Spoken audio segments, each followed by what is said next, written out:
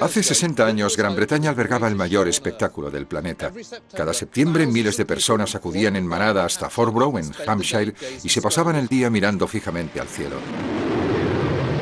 Lo que veían atravesando el aire eran sorprendentes máquinas volando a velocidades increíbles, y todas funcionando con lo que parecía ser una tecnología del futuro.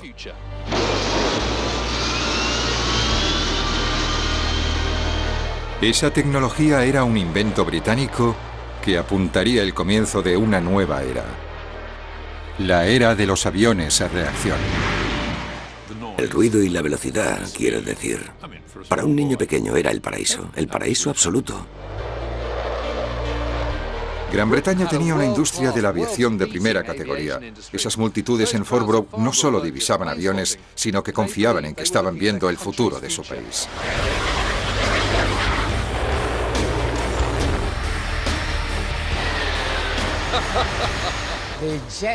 La era de los aviones a reacción se estaba expandiendo a un índice casi alarmante.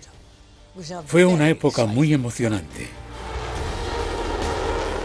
Subías a 1200 metros en un minuto, hacías un picado desde 1800 o 2000 metros y en un momento estabas a 80 o a 160 kilómetros de la base. De repente era un mundo nuevo. El motor a reacción fue una exportación lucrativa y los aliados de la guerra hacían cola para comprarlo. Fue una pieza poderosa de armamento militar y en la Guerra Fría los viejos amigos ahora eran enemigos. Gran Bretaña se enfrentaba ahora a un enorme dilema. El motor a reacción mantuvo la esperanza para la reactivación económica de una nación en bancarrota por la guerra, pero su venta podría alterar el equilibrio de poder en el nuevo orden mundial. El país tuvo que decidir la mejor forma de aprovechar esta nueva pericia, sabiendo que una decisión equivocada podría resultar desastrosa. Aviones de la Guerra Fría.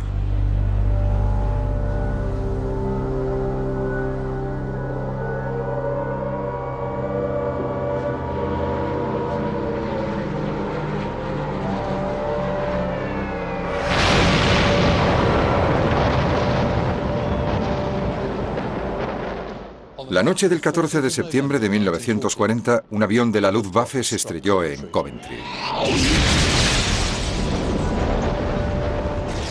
Aquellos aviones trajeron fuego y destrucción prácticamente a todo el centro de la ciudad, llevándose consigo 4000 viviendas y 3/4 partes de las fábricas de la ciudad. Este lugar, la catedral medieval de Coventry, quedó completamente en ruinas. Fue el peor ataque de toda la Blitz, pero pocas ciudades de Gran Bretaña quedaron indemnes.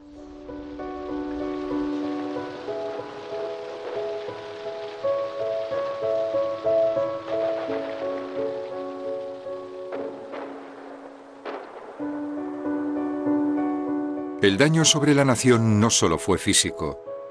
El esfuerzo de la guerra significaba que la economía de Gran Bretaña también había sido duramente golpeada. En 1945 el país estaba fuertemente en deuda e hicieron falta años para saldarla.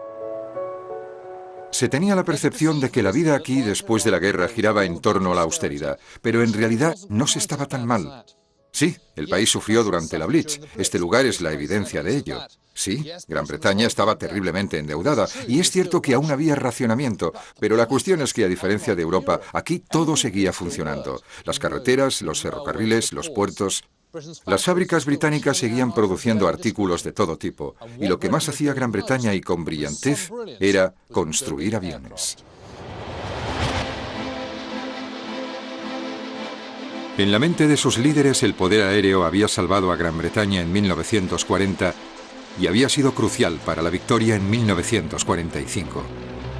Durante la guerra, los fabricantes de aviones de innumerables países, empresas como Supermarine, Avro y Vickers, habían construido un asombroso modelo 131 y medio millar de aviones más.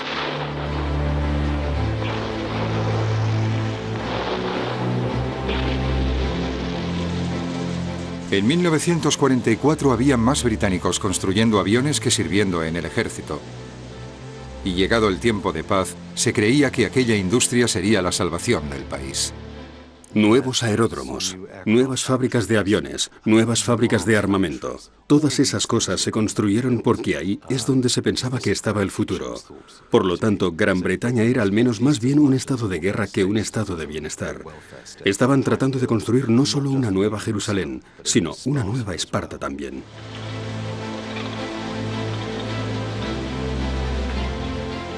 Gran Bretaña podía parecer cansada y apagada en tierra, pero en el aire era un asunto completamente diferente. Surcando los cielos como un rayo, había aviones ultramodernos y muy veloces con diseños y formas futuristas.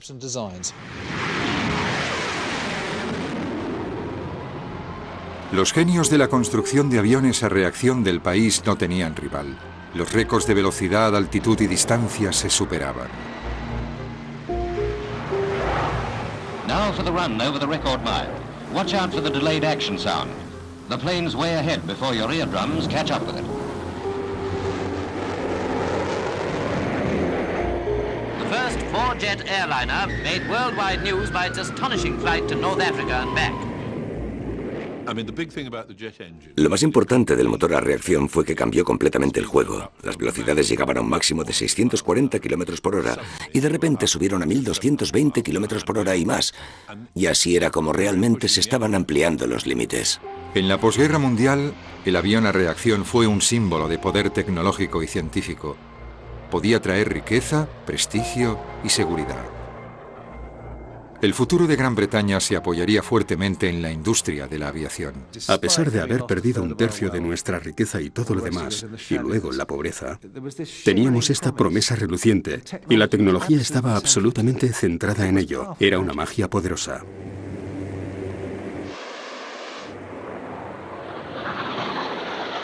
Pero esa magia tenía usos oscuros. El motor a reacción estaba cambiando el mundo, pero el mundo también se alteraba rápidamente. Fue la época de la Guerra Fría. Atrás quedaban las viejas seguridades, el imperio se desmoronaba y dos nuevos superpoderes estaban surgiendo. Gran Bretaña ahora tenía que luchar por su lugar en el escenario mundial. To the British aircraft industry, the turbine jet had brought a golden opportunity. In this new form of air travel, Britain has the chance to make up the leeway lost in the war.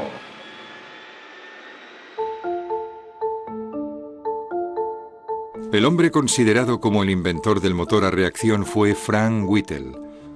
Años antes de que diese comienzo la Segunda Guerra Mundial, el joven cadete de la Royal Air Force había estado trabajando sobre una idea que cambiaría el mundo. This is the turbine jet. Air and fuel ignited in combustion chambers. Now, in the path of the rushing gas, insert a bladed wheel, a turbine. Link the turbine to a powerful fan. Under fierce compression, the temperature rises, and the expanding gas roars from the jet pipe with tremendous force. When they start it up, stand back. Its flaming breath is white-hot gas. Al comienzo de la guerra, Whittle demostró la viabilidad de un nuevo tipo de motor más potente. El siguiente paso era averiguar si podía volar. Lo que tengo aquí delante son las especificaciones originales del primer avión a reacción británico. Ustedes habrán pensado que le habrían dado a esto algún nombre para reflejar el entusiasmo del proyecto, pero supongo que con la típica sutileza británica, a esto lo llamaron E-2839. Es la orden experimental número 28 diseñada en 1939, por consiguiente el E-2839.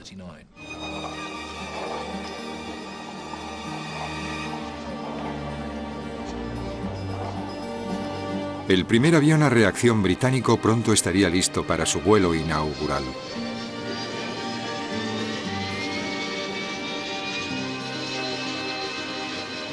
It was 1941 when the sound of a turbojet was heard over English fields.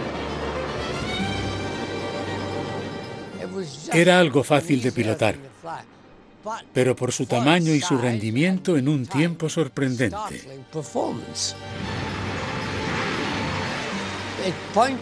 Marcó el rumbo desde el primer momento.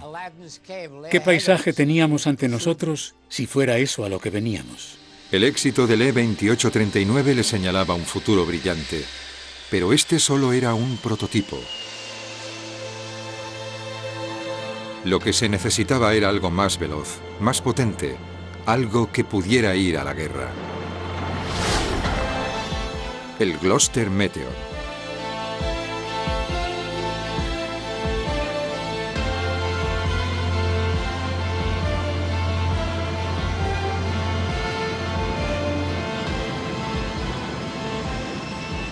Podéis ver cómo el Gloster Meteor desciende del E-2839. Tiene el mismo tipo de fuselaje y las mismas alas cortas y gruesas. Pero este no era un avión experimental, este era un avión de caza operativo completamente funcional, rápido, potente, armado de potencia para un rápido índice de ascenso, y se puede escuchar el sonido de los motores gemelos, el poder y el potencial de estos. Se puso en servicio en 1944, cuando aún eran tiempos de guerra, la era de los Spitfires, de los Focke-Wulfs y de los Mustangs. Pero cuando la gente escuchó estos motores por primera vez, lo que estaban escuchando era el sonido del futuro.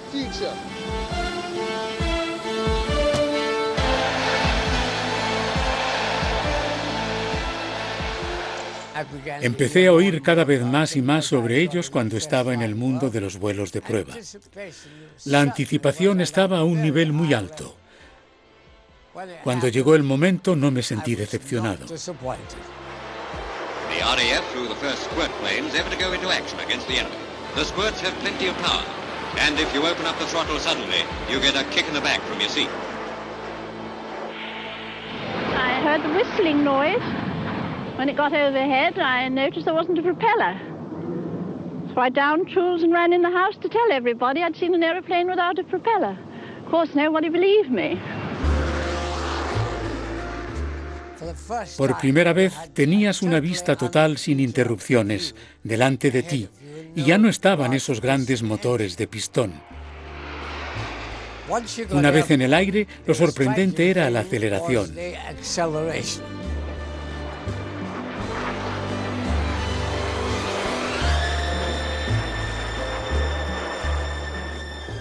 Era apasionante, francamente. Sí, era cuando los muchachos se lo pasaban bien. Bueno, de repente estaba ese avión que tenía mucho más rendimiento que cualquier otra cosa que hubieses pilotado antes. Podías ascender hasta 6.000 o 9.000 metros por encima de las nubes, por encima de todo. Largas distancias, alturas extremas. El mundo estaba a tus pies. Las fuerzas aéreas de todo el mundo hacían cola para comprar este avión de caza, pero para aquellos que estaban aprendiendo a volar podía ser una trampa.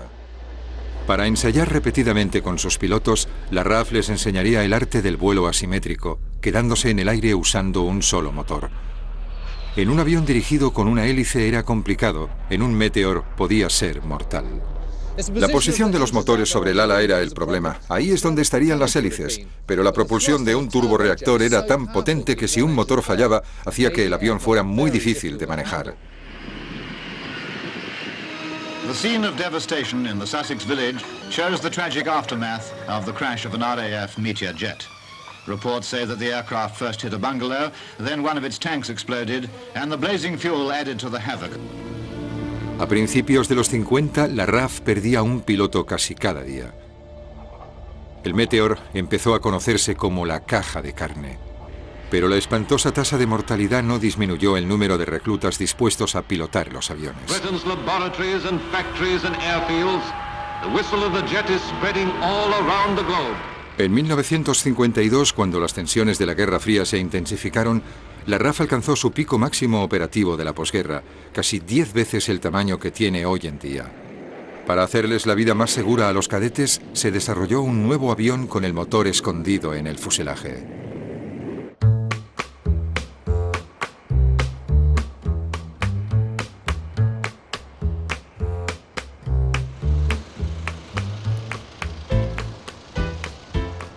Este es un avión Provis. Su papel principal en la RAF fue el de un avión de entrenamiento, una tarea que realizó durante más de 35 años. Es un maravilloso ejemplo de pura tecnología aeronáutica de los años 50. Lo más importante para mí es que tiene 2 asientos, lo que significa que puede llevar a un pasajero. Decir que estoy emocionado es algo que se sobreentiende. Mi compañero de vuelo ha sido el piloto John Colley, de las Fuerzas Aéreas Clásicas.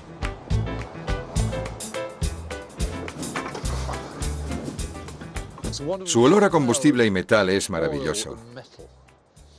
Se nota que es un viejo avión, desde luego que sí. Se nota.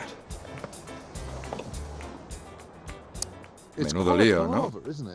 Sí, pero es tu paracaídas, te merece la pena.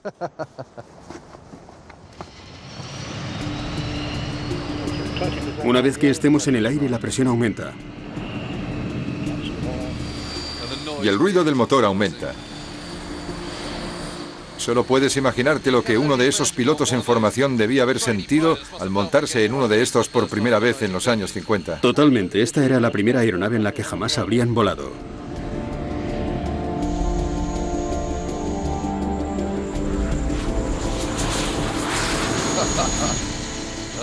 Es muy bonito. Es realmente increíble. Estamos volando a toda velocidad hacia el aeródromo. Un desfile aéreo precioso.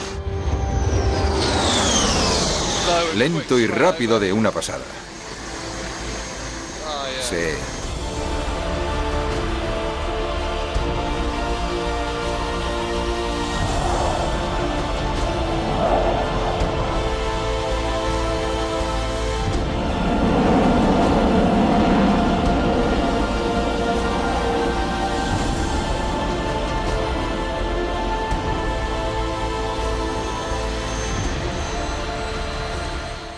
¿Cómo sabes cuando ingresas en la RAF y como joven piloto ingresas sabiendo que, bueno, que al menos uno o dos de tu curso no lo iban a conseguir?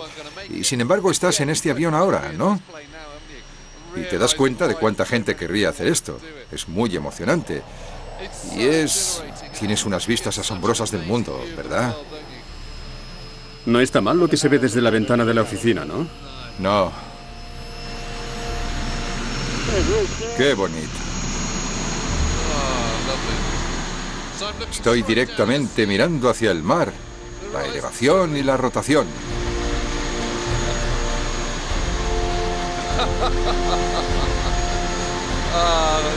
Esto es muy divertido.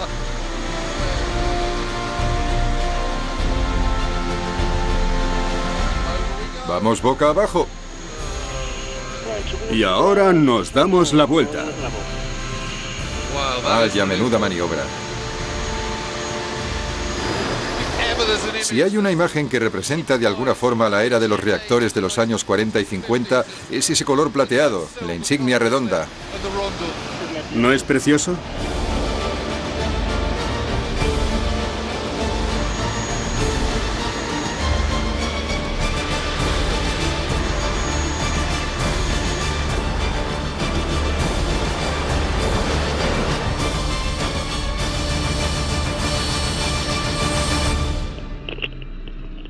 Y ya hemos llegado. Fantástico. Muchas gracias. A principios de los años 50, la Guerra Fría estaba suponiendo un gasto en defensa para Gran Bretaña de un asombroso 10% del presupuesto nacional. Para una nación fuertemente endeudada, el dinero en metálico seguía siendo escaso. Pero la industria de la aviación del país vino al rescate. Este es el Vampire, uno de los primeros aviones de caza británicos. Tiene dos colas, la cabina de mando está totalmente hecha de madera. Este avión estuvo operando a finales de la Segunda Guerra Mundial, pero creo que aún sigue teniendo un aspecto increíblemente futurista. El Vampire tuvo un enorme éxito. Se construyeron más de 3.000 y se vendieron a más de 30 fuerzas aéreas diferentes en todo el mundo. Con la Guerra Fría intensificándose rápidamente, el mundo ahora miraba hacia la tecnología aeronáutica para defenderse. Y para los compradores eso significaba asistir al mayor escenario de la aviación, el espectáculo aéreo de Farnborough. At Farnborough Aerodrome, the Society of British Aircraft Constructors have proved once again that their inventive genius is second to none. And the great variety of aircraft and equipment, together with thrilling performances by famous test pilots, aroused the keenest interest from foreign visitors. Podías ver ejemplos de uniformes de las fuerzas aéreas de todo el mundo. Venían a ver lo que los británicos ofrecían y teníamos mucho que ofrecer.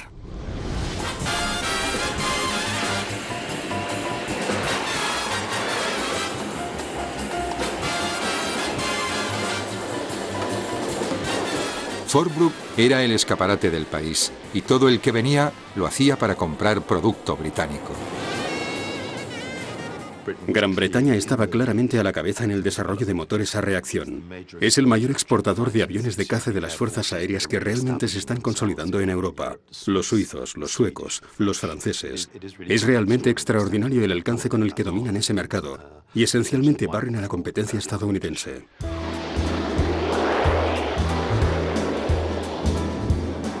La economía de posguerra de las naciones ahora estaba invirtiendo fuertemente en aviación. Más de 250.000 de británicos estaban construyendo motores y aviones.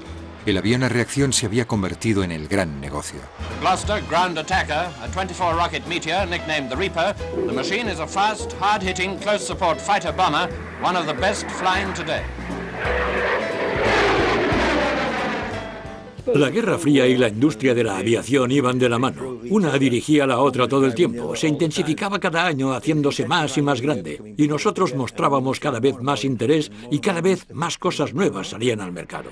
The Hawker P-1081 is a fighter that goes like greased lightning.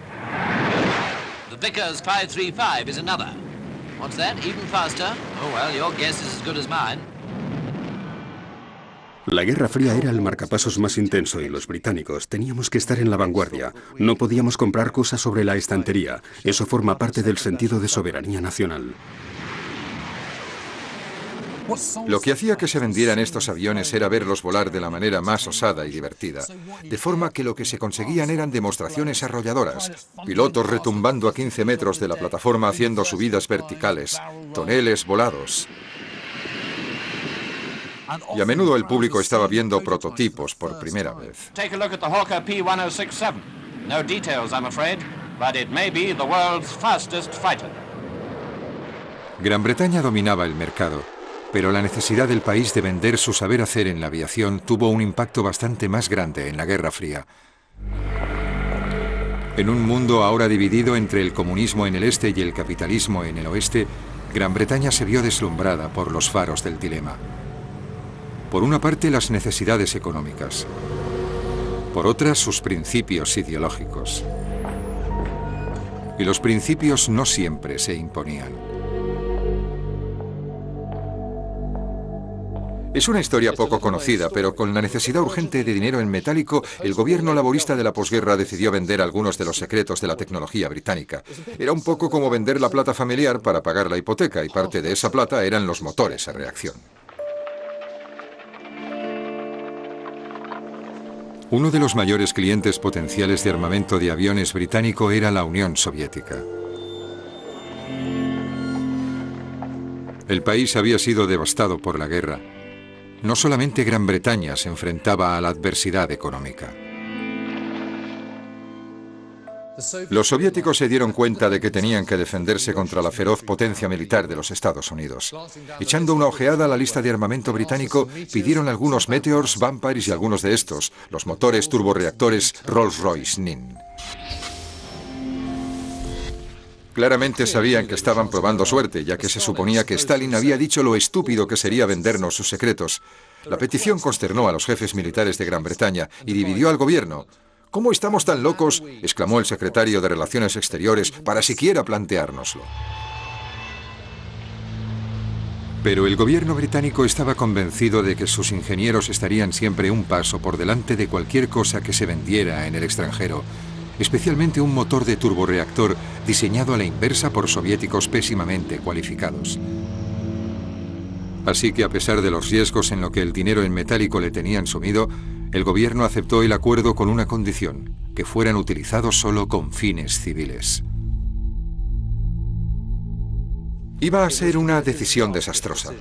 Las tensiones entre el este y el oeste ya se estaban llevando al límite, y en poco tiempo las ventas de estos motores tendrían un impacto en un conflicto a miles de kilómetros de distancia en el sureste asiático. Communist attacks, in fact, throughout Southeast Asia. There comes open aggression in Korea. En mayo de 1950, la Guerra Fría se intensifica cuando las fuerzas de Corea del Norte invaden a sus vecinos del sur. Menos de un mes después, las Naciones Unidas entran en guerra con los comunistas.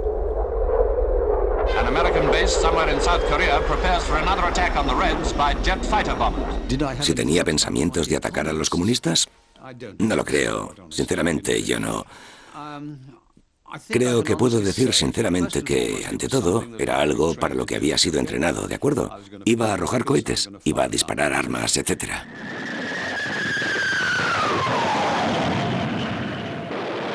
Al inicio del conflicto, cazas y bombarderos a reacción de Occidente recorrían los cielos de Corea del Norte a voluntad. Pero pronto apareció un nuevo avión que lo superó todo.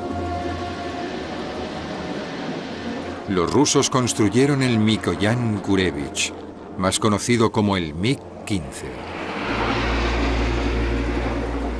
Miré hacia abajo y vi un F-80, que era una estrella fugaz, huyendo como un murciélago despavorido, seguido muy de cerca por un par de MiG-15. El otro piloto y yo dijimos, vamos a por esos maricas. Así que aceleramos y fuimos a perseguir a esos MiG. Y entonces dejé caer los misiles, que fueron justo a parar entre los dos MiG. Recuerdo que pensé que los tenía bien a tiro, pero este tipo se fue en esa dirección y este tipo se fue en esta dirección. Ese tipo al que perseguí aceleró, salió zumbando y se quitó del medio. No lo volví a ver más, claro. El MiG-15 era al menos 160 kilómetros por hora más rápido que cualquier avión que el Reino Unido o los Estados Unidos tuvieran, y eso se debía a tres cosas. Sin asiento eyectable, este era ligero. Tenía las alas hacia atrás. Pero la tercera razón era que funcionaba con un motor británico.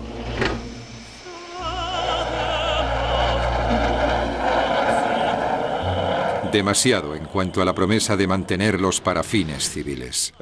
En lo que respecta al MiG, sabíamos que ese avión llevaba dentro el motor NIN, el cual fue vendido por Rolls-Royce a Rusia. El MiG podía girar, subir, alejarse, acelerar. Iba muy rápido, muy deprisa.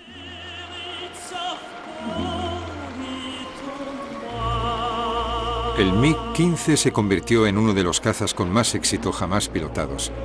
Se fabricaron más que ningún otro avión a reacción militar o civil. Por tanto, irónicamente, las copias de producción soviética del motor NIN superaron con creces al original de Rolls-Royce.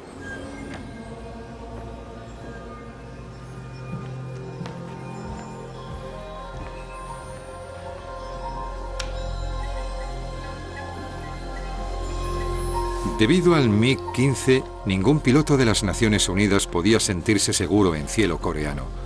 Las relaciones entre Gran Bretaña y Estados Unidos se echaron a perder.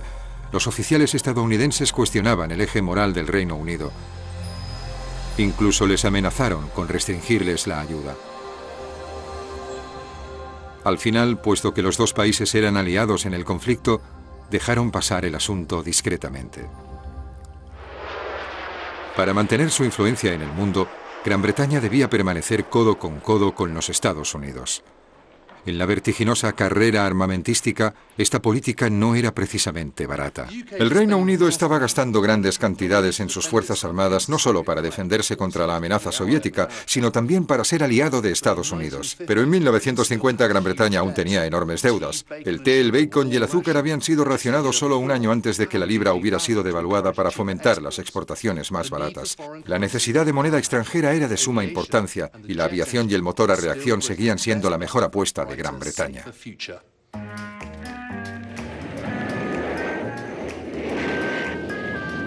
Un avión más allá de todos los demás ofreció al país esa oportunidad.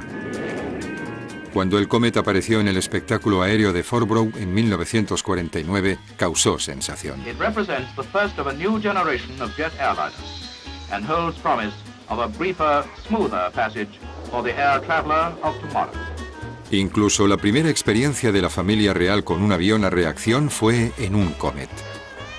El avión se convirtió rápidamente en la joya de la corona de la aviación británica. Estuvimos bastante maltrechos hasta bien entrados los 50. Por supuesto, en las ciudades, quiero decir que los lugares bombardeados eran muy familiares en Londres y todo necesitaba una mano de pintura. Y sin embargo, sí que veías el espectáculo del meteoro del Comet resplandecientes. Y eso fue una notable yuxtaposición, y el año 53 fue el apogeo de todo esto, porque fue entonces cuando la joven y bella reina fue coronada. Una expedición de la Commonwealth había escalado el Everest justo a tiempo. Era una conjunción perfecta. Pero también alcanzamos el récord de velocidad aérea. Íbamos absolutamente por delante en muchas áreas técnicas y echando la vista atrás. Estoy seguro de que así lo percibíamos. Ciertamente éramos miembros de una nación con un éxito histórico.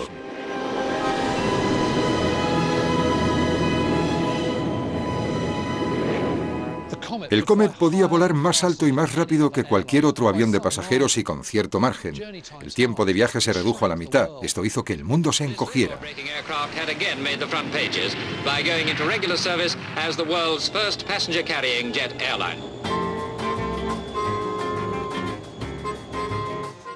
Pero había más que eso. Los estadounidenses no tenían nada igual en su mesa de diseños y mucho menos en su cadena de producción.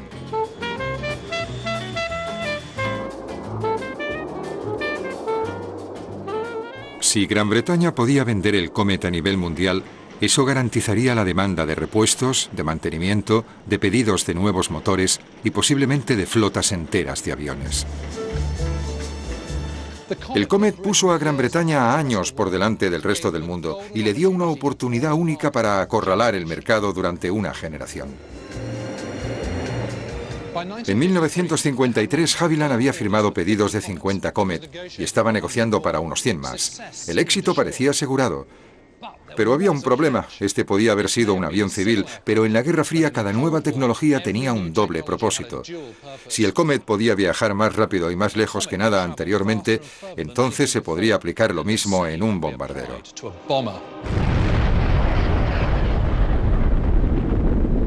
El año que el Comet voló por primera vez, la Unión Soviética puso a prueba su bomba atómica con éxito. Pero no tenían ningún avión capaz de transportarla tan lejos como a París o Londres. Si los soviéticos se hacían con un Comet, podrían robar sus secretos y construir un bombardero capaz de alcanzar a los Estados Unidos.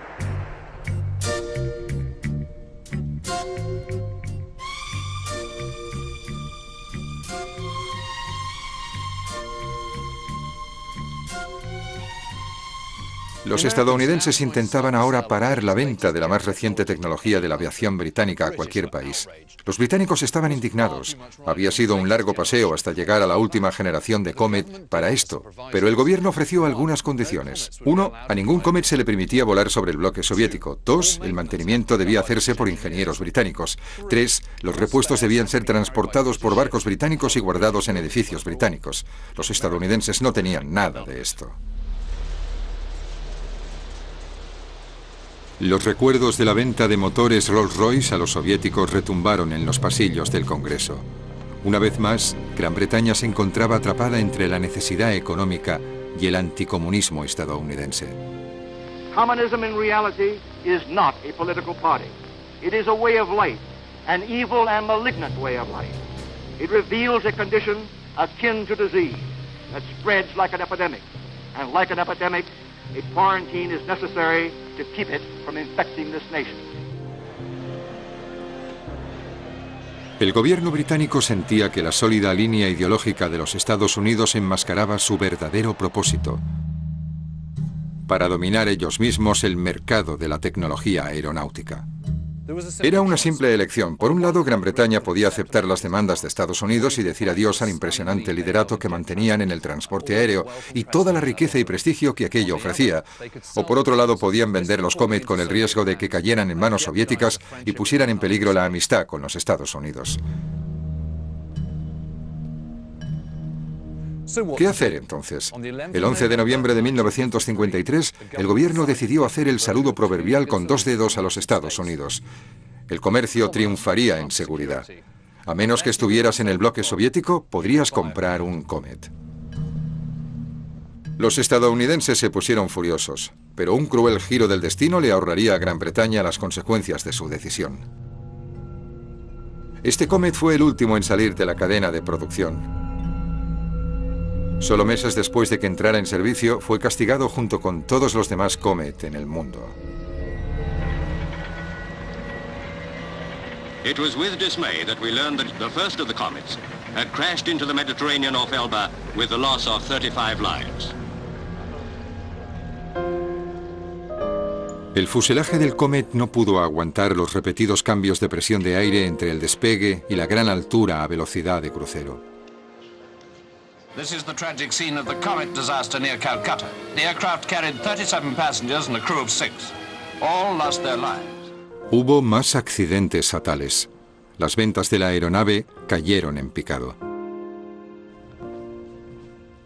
El juego había terminado, y este avión en concreto nunca volvió a desplazar a ningún pasajero con billete. Ahora es una pieza de museo, el último Comet de la marca 1 que queda. Mediante una enorme inversión del gobierno, el avión fue finalmente rediseñado y reforzado. Pero por entonces los fabricantes estadounidenses habían desarrollado su propio avión de pasajeros. El Comet fue barrido del mercado. Los desastres del Comet significaron la pérdida del liderato de Gran Bretaña en el transporte aéreo y con ello todas las riquezas que prometía. Pero al margen de esta tragedia había, supongo, un pequeño aspecto positivo. La tecnología del Comet ya no caería en manos soviéticas y la especial relación de Gran Bretaña con los Estados Unidos se salvó. El país era ahora un socio menor en la relación con su superpoderoso aliado. Y con ello llegaron nuevas responsabilidades. Washington sabía que los soviéticos pronto desarrollarían la capacidad de bombardear el continente americano. La estrategia de los Estados Unidos era simple: atacar a la Unión Soviética primero. Sin embargo, la tarea no era sencilla. Si los estadounidenses querían arrojar una bomba nuclear sobre las ciudades rusas, había un significativo y peligroso obstáculo que tenían que superar, concretamente las defensas aéreas soviéticas, misiles tierra-aire y aviones interceptores. La mejor manera de evitar esto era volar a gran altura o por la noche, pero eso significaba que ver el objetivo era casi imposible. Lo que se necesitaban eran vuelos de reconocimiento para tomar fotografías de los objetivos mediante las imágenes del radar. Si luego se producía un ataque real, el bombardero podía hacer coincidir estas fotografías con lo que tenía en su pantalla, ya que no tenía por qué ver el objetivo con sus propios ojos. Todo estaba muy bien, excepto por el pequeño, aunque no insignificante problema de sobrevolar el territorio soviético durante la Guerra Fría.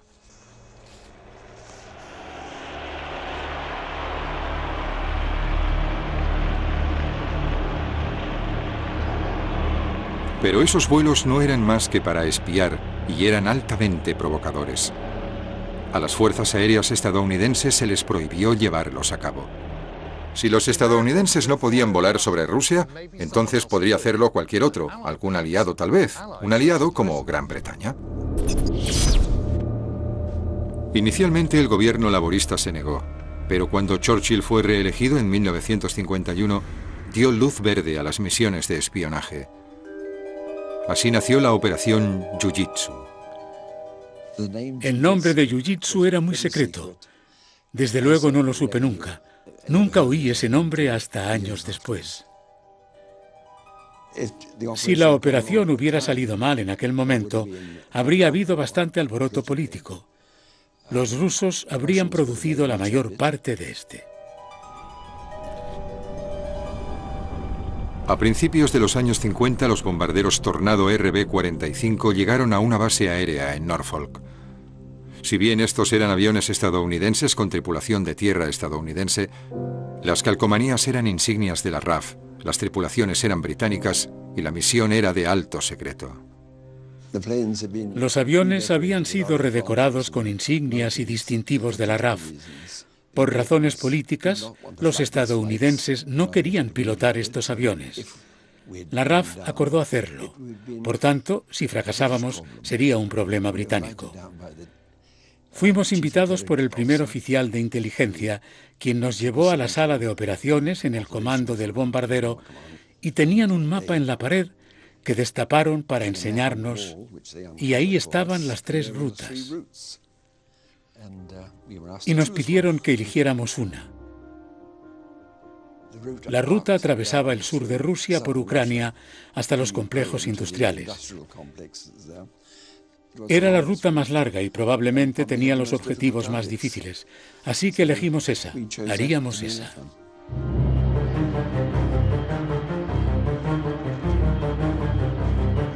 Rex Sanders fue uno de los navegantes de Jiu-Jitsu, responsable de tomar cientos de imágenes de radar de los objetivos rusos.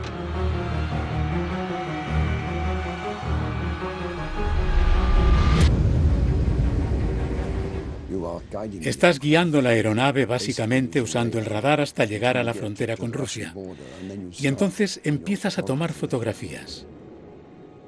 Localizamos más de 20 objetivos. Cada uno requería un recorrido de entre 80 y 100 kilómetros e ibas de un objetivo a otro.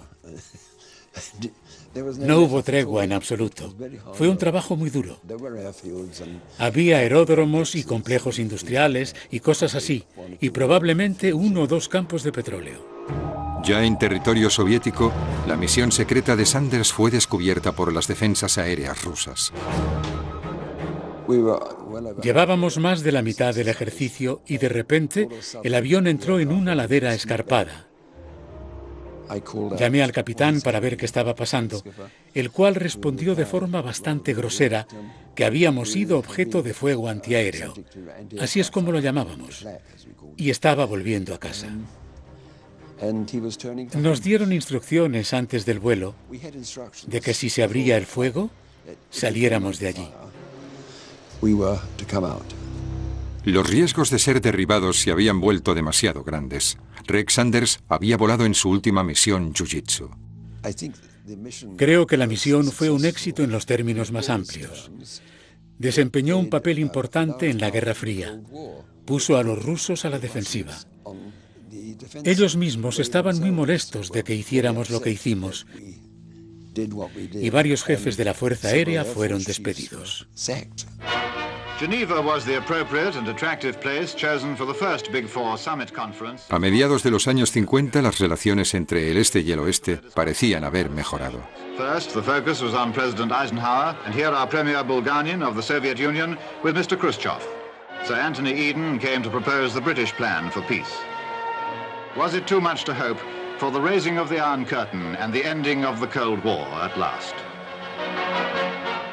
En la conferencia de paz de Ginebra, el presidente Eisenhower propuso una política de cielos abiertos. Esto significaría que cualquier país podría volar sobre otro sin miedo a ser derribado. Nadie se dejó engañar por esto.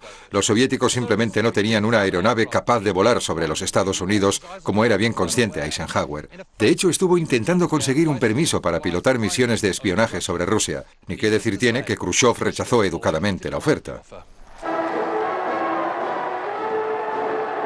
Lo que Eisenhower y Khrushchev sabían era que Estados Unidos podía volar sobre la Unión Soviética cada vez que quisiera. Los estadounidenses habían desarrollado un avión que podía volar a 20 kilómetros por encima de la Tierra, prácticamente en el límite con el espacio. A esa altura estaba más allá del alcance de cualquier cosa que los rusos pudieran lanzar sobre él. El avión espía era conocido como U-2.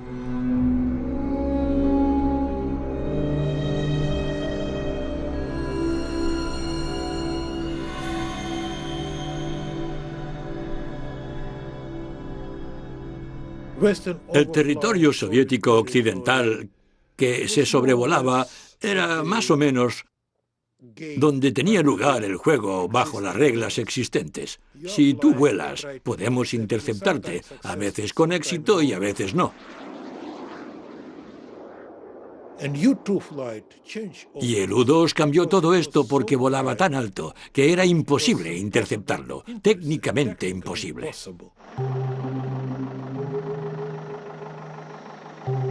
Tal estado de la tecnología punta era de valiosa ayuda, pero los Estados Unidos eran recelosos de usar a sus propios pilotos. Una vez más se pidió a la RAF que hiciera el trabajo sucio de los estadounidenses. Actualmente el gobierno británico nunca ha admitido su participación. Como consecuencia de esto, el piloto de la RAF no quiere hablar.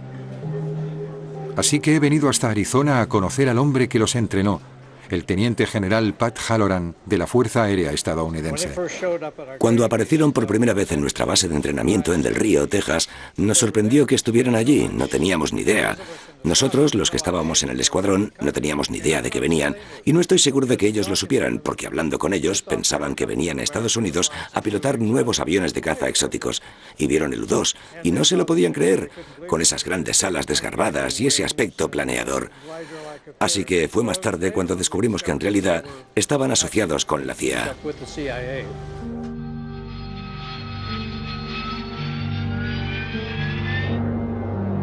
Trabajando con la CIA, los pilotos de la RAF volaron en repetidas misiones de espionaje durante casi 2 años, fotografiando lugares industriales y militares de la Unión Soviética. ¿Y crees que, volviendo un poco la vista atrás sobre aquello, crees que fue una decisión valiente por parte de los británicos? Absolutamente. Cuando lo descubrimos vimos el cielo abierto. ¿Qué pasaba si uno de los británicos era derribado? Habría mucho que devolverles en el Parlamento, estoy seguro, y el primer ministro probablemente estaría buscando otro trabajo. Pero pensamos que era muy valiente por parte del Reino Unido hacer aquello, y les aplaudimos por haberlo hecho. Todo lo que sabemos sobre las misiones individuales es que utilizaban las bases de la Fuerza Aérea en Turquía, y si los pilotos de la RAF eran atrapados, su tapadera era que habían sido contratados por el Instituto de Meteorología estadounidense. Sabemos que estas misiones tuvieron lugar alrededor de 1958 y 1959, pero mientras no sabemos los detalles, sí que sabemos cuándo esos vuelos del U-2 llegaron a detenerse.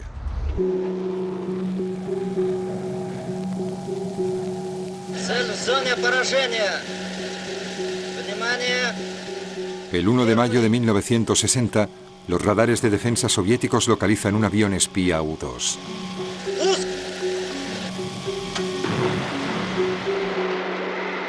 Al final no hubo ningún piloto de la RAF atrapado en territorio soviético, pero cuando al agente de la CIA Gary Powers le dispararon desde el cielo, hubo inmediatamente una clara tregua entre el este y el oeste que nunca se materializó.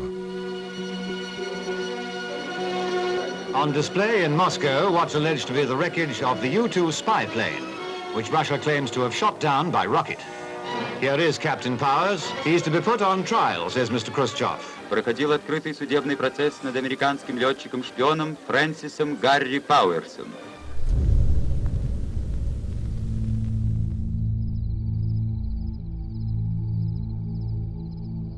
Inicialmente los estadounidenses negaron que Powers hubiera estado espiando, pero con un avión de alta tecnología lleno de equipos fotográficos y con Powers siendo interrogado y exhibido ante el mundo, estaba claro lo que estaba pasando.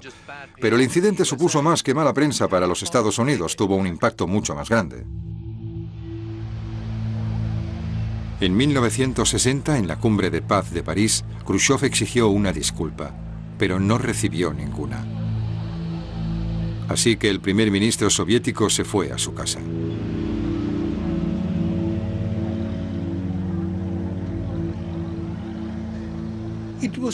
Fue sorprendente porque él no podía comprender por qué.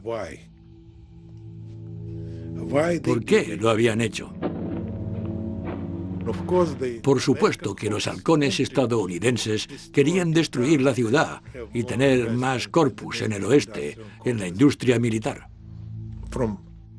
Desde mi perspectiva, los halcones estadounidenses ganaron enviando a Gary Powers el 1 de mayo.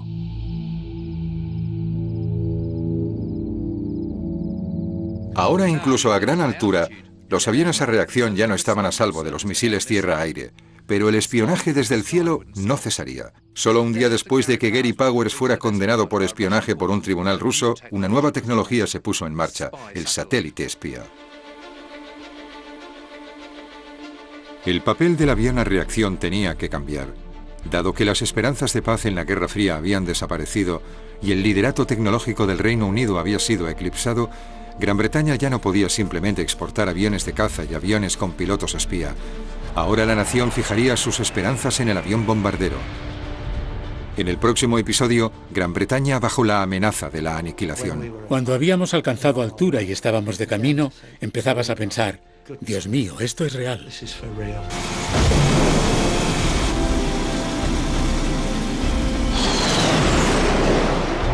Ahora, para presentar una reclamación sobre la mesa del poder internacional, Gran Bretaña necesitaba su propia disuasiva nuclear.